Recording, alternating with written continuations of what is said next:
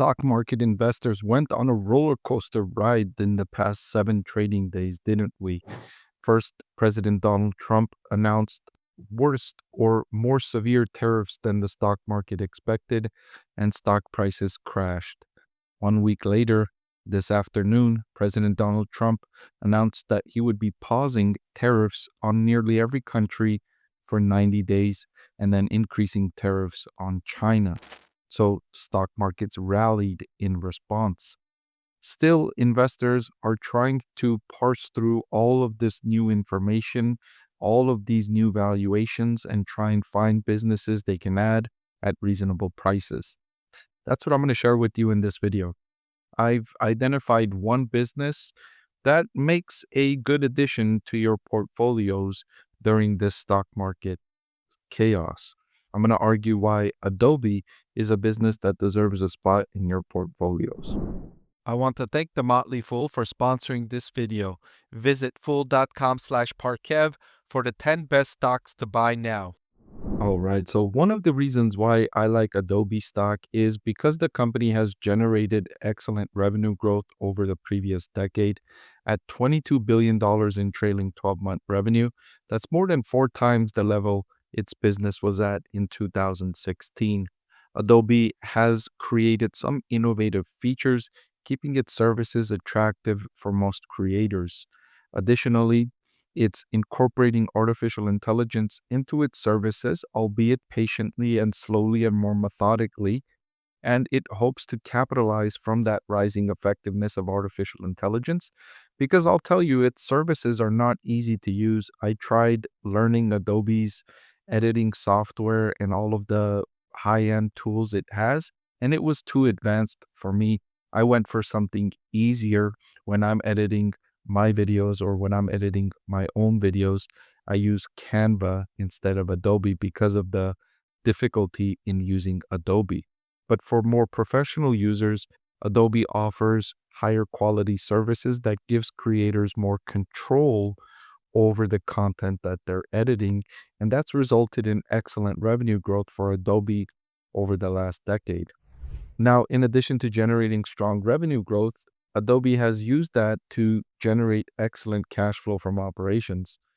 Over the last decade, even though there's been volatility, its cash flow from operations to sales ratio has increased from a very respectable 30% all the way up to 42.5% over the most recent trailing 12-month period. If Adobe was to tell me that its cash flow from operations to sales ratio can consistently remain above 40% for the long term, I would be happy with that result. I don't need this cash flow from operations ratio to improve any further. It's already really impressive. But it could improve further, as Adobe has demonstrated in the past. It's a software as a service business model, meaning it doesn't require large capital expenditures. The company needs to invest effectively in research and development, demonstrate an ability to innovate, and use artificial intelligence to increase its competitive advantage, rather than allow this increase in artificial intelligence to hurt its business, to have customers switch and choose other AI-supported services and instead of using Adobe services. So in addition to an excellent cash flow from operations, it also has strong returns on investor capital that have been improving over the last decade.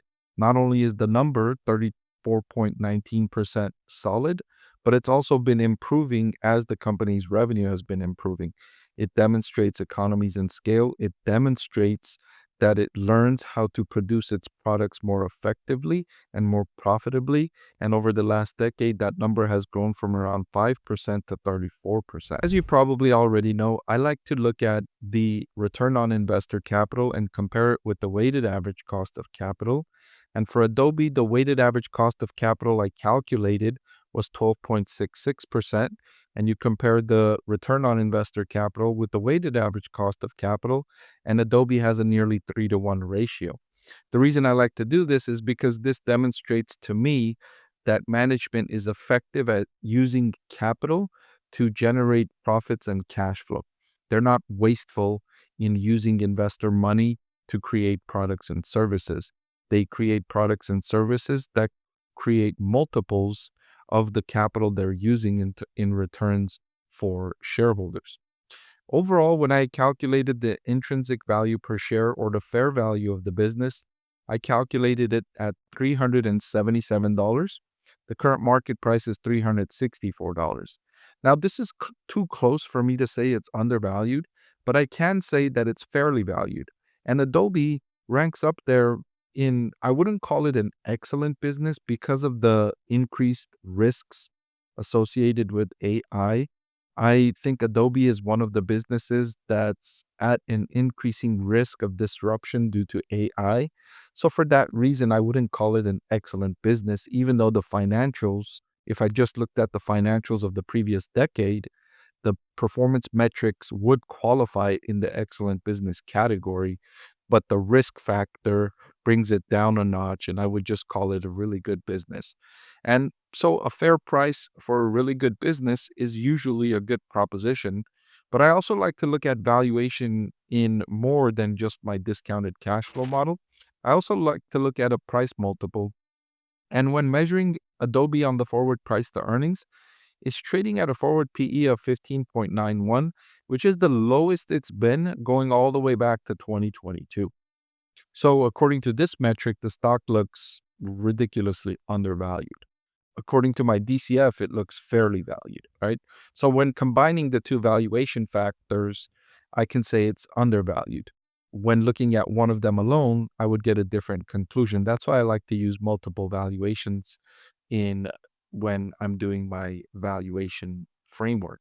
So, that's why these reasons are why I think Adobe could make an excellent addition to investor portfolios during this stock market chaos. If you don't want to buy it now at these valuations, it could be one that you can add to your watch list. And if there's another sell off, you can add Adobe to your portfolio. But even looking at it at the current valuation, it looks like an excellent stock you can add to your portfolios for very long term investors that are okay with the elevated risks from artificial intelligence. Hey everyone, I'm excited to announce a brand new private Discord for our channel members at the VIP Discord level. It's a great place to connect with me directly, engage with like minded investors, and learn more and take your investing to the next level. Spots are limited, so join now before it's too late.